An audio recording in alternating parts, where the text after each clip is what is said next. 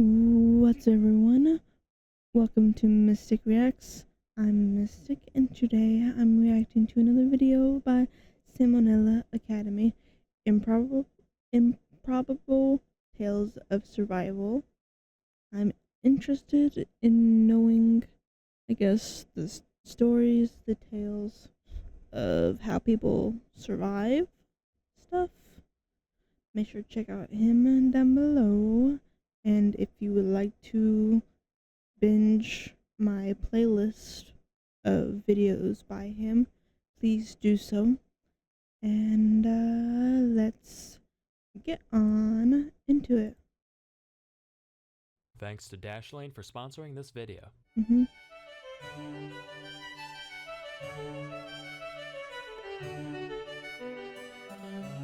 Hey kids, the human spirit is a very powerful thing. With the right temperament, it can allow us to survive things you wouldn't believe. However, some people are stronger than others. For example, I've never so much as broken a bone in my life. Haven't been hospitalized since that first time 20 years ago. So I'm like 90%. Broken my arm or my hand because I fell out of a tree that was like 10 foot high and I landed on a pile of sticks.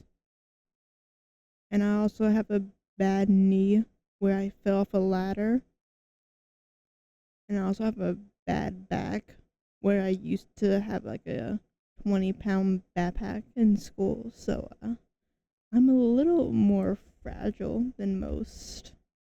Broken a bone in my life. Haven't been hospitalized since that first time 20 years ago. So I'm like 90% certain if I'm ever forced to dance with death, my soul's pussying out to the great beyond first thing. On the other end of the spectrum, you got guys like Phineas Gage. Gage was a 25-year-old railroad worker in mid-19th century Vermont. He and his crew were busy gang blasting rock to prepare the road bed for a newly planned route. This involves a big hole being drilled into the ground, filled with gunpowder, and packed down using a tamping iron. Well, being the gentleman and scholar that he is, Gage decides to lean forward and look directly into the hole, right? Now, the first rule of gun safety is to never look down the front of a gun. Yeah. Everyone knows that. Gage basically just turned the earth into a gun and decided to put his head right in front of its gaping barrel. And wouldn't you know it, the powder goes off. The tamping iron shoots up into his cheek, moseys right on through his frickin' brain, and goes soaring out the other side, landing 80 feet away, all smeared with blood and thought juice. Now, by and large, Gage should have dropped dead immediately and been thrown into a ravine for his blatant disregard for OSHA regulations,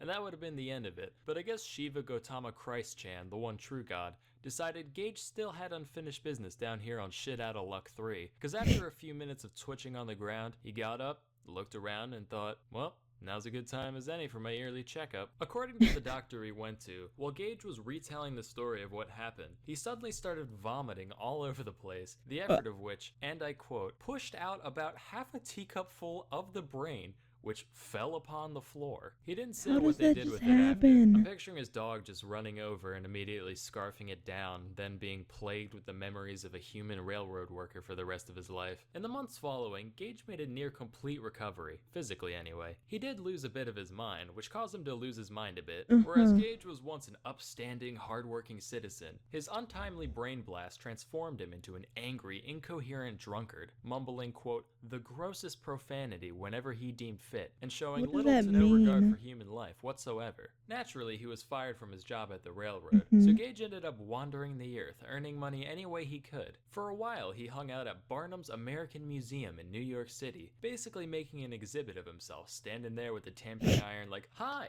this went through my brain. Bye! He later had a stint as a farmhand in California and a stagecoach driver in Chile, which, I don't know who let the guy with severe brain trauma and no depth perception drive a vehicle, but whatever. Over time, he actually became a lot more functional, until finally, 10 years later, when his brain remembered, oh yeah, I shouldn't exist, leading to Gage having a bunch of seizures and dying at age 36. A similar story happened with one Ron Hunt in 2003. He was an American construction worker who was drilling a hole above his head when the ladder he was standing on decided to give way, leading to Hunt landing face first on a 1.5-inch auger drill bit. The drill went straight through his left eye and out the back of his skull. To give you a reference of what 1.5 inches of drill looks like, here's the actual x-ray that doctors took when Hunt arrived at the hospital.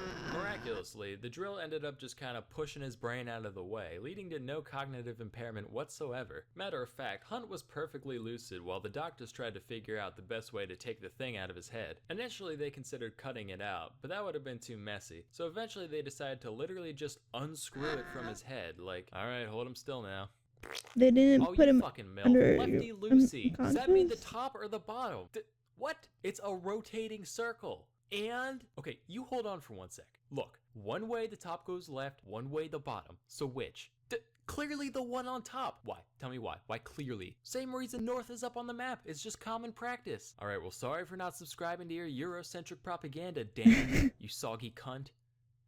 Anyway, what were we doing? If you think Hunt was just a little too lucky with his incident, don't worry. According to Snopes, he was self-employed and didn't have insurance, so while the accident didn't ruin his life, you can sleep easy knowing that hundreds of thousands of dollars of medical bills and rehabilitation costs probably did. Our next tale revolves around Greg Rasmussen, a British-born animal conservationist who was studying wildlife in Zimbabwe. One day, he got reports of a highly endangered rhino being spotted in the area, so Greg took to the skies in a single-passenger plane to track the beast. Fate was looking down at Greg that day, and after a moment, it said, "No, rhino must die." And a huge gust of wind came out of nowhere, sending Greg into a tailspin, crash landing right in the middle of the untamed African bush. When Greg woke up, he found that his legs looked like used up tubes of toothpaste, so he was essentially trapped right where he was. Arguably worse than that was the fact that Greg was dehydrated before he even took off, hoping to get water at his destination. And just when things looked like they couldn't get any worse, they got worse. A group of elephants showed up and started harassing and straight up stampeding at Greg. With no other option, he starts banging on the wreckage as hard as he could. The elephants went, "Ha!" and decided to leave him alone. He was also approached by a pack of hyenas and actual lionesses on the hunt. But fortunately, animals are all morons, so the same trick worked on them too. Greg spent an entire day and night pinned under the wreckage, fighting off wildlife, severe dehydration, and extreme temperatures before finally being rescued the next morning. Incredibly, after over 100 operations, doctors managed to get Greggy's leggies up and running again. Although he was now 3 inches shorter, which is probably for the best, because now they can just stick the keys to the plane on top of the frame so he never has another incident like this again. So moral of the story, us humans are resilient creatures who will do anything in our power to survive. And just as Greg Rasmussen banged on his destroyed plane to ward off predators in Zimbabwe, you should bang on your keyboard right now to ward off predators online. With Dashlane. In this day and age, cybersecurity and privacy have never been more important, and only a select few people have the time, energy, and know-how to keep their data as safe as humanly possible. With Dashlane, next time, I'm Sam and